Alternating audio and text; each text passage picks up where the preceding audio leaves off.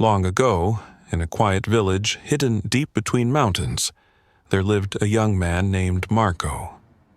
He was only 24, yet his heart carried the weight of a much older soul.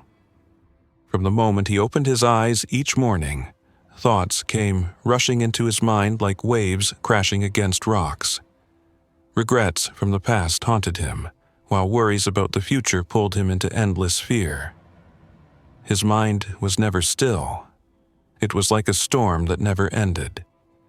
Nights brought no rest, sleep slipped away from him, and even his smile had faded from memory. But life has a way of whispering hope when we least expect it. One day, Marco overheard travelers speaking about a distant village hidden in the hills. They said a wise old man lived there, a man who had once been a great psychologist in the city. For years, he had helped countless people find peace within themselves. Now, tired of the noise and speed of city life, he had chosen silence, retreating into nature.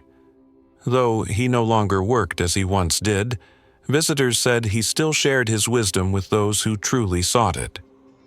The moment Marco heard this, a small flame of hope lit up in his heart.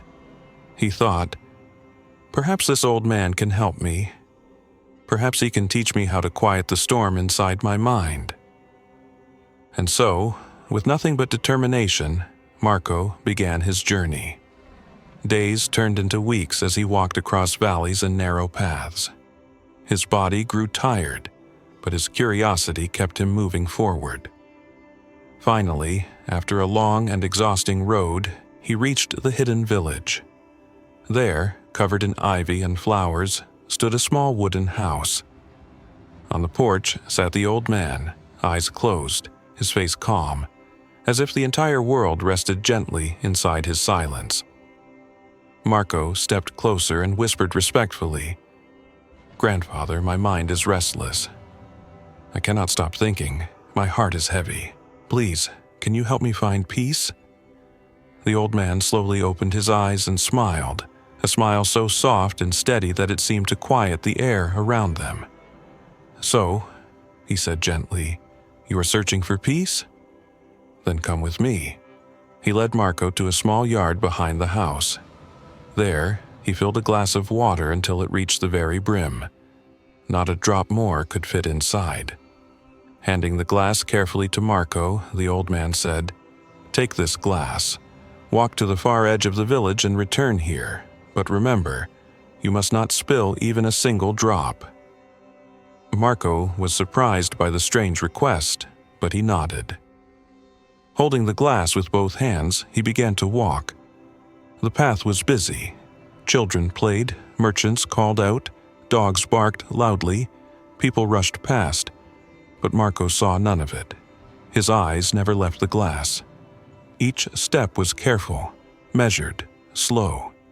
Every sound around him faded into the background, as if the world itself no longer existed.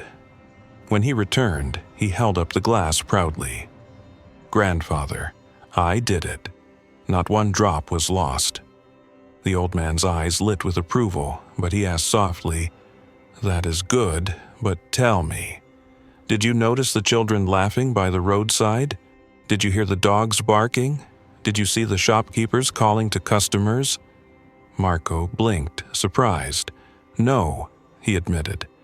"I did not hear or see anything. I was only watching the glass." The old man's smile deepened. "And that, my son, is the secret. Your mind has always been capable of peace. It is not outside you. It is within you. When your thoughts stay in the present moment, the storm disappears. You are not trapped in the past. You are not afraid of the future. You are simply here. Just as you focused only on the water, so too can you focus only on this moment. And in that moment, the mind becomes still. That stillness is peace." In that instant, something shifted inside Marco. For the first time in years, he felt light. He realized peace was not a place to reach, nor a treasure to be found. It was already within him, waiting for him to notice it. The sun was setting now, casting golden light across the mountains. Birds flew back to their nests and the world seemed calm. Marco bowed his head and whispered, "Grandfather, now I understand. If I want to calm my mind, I must live in the present. That is when true peace comes." The old man nodded, his smile as eternal as the hills themselves. Marco left that village a different man. He was no longer restless, no longer lost in endless thoughts. He carried with him a quiet strength, a knowledge that peace had always been inside his heart. He had only needed to remember where to look.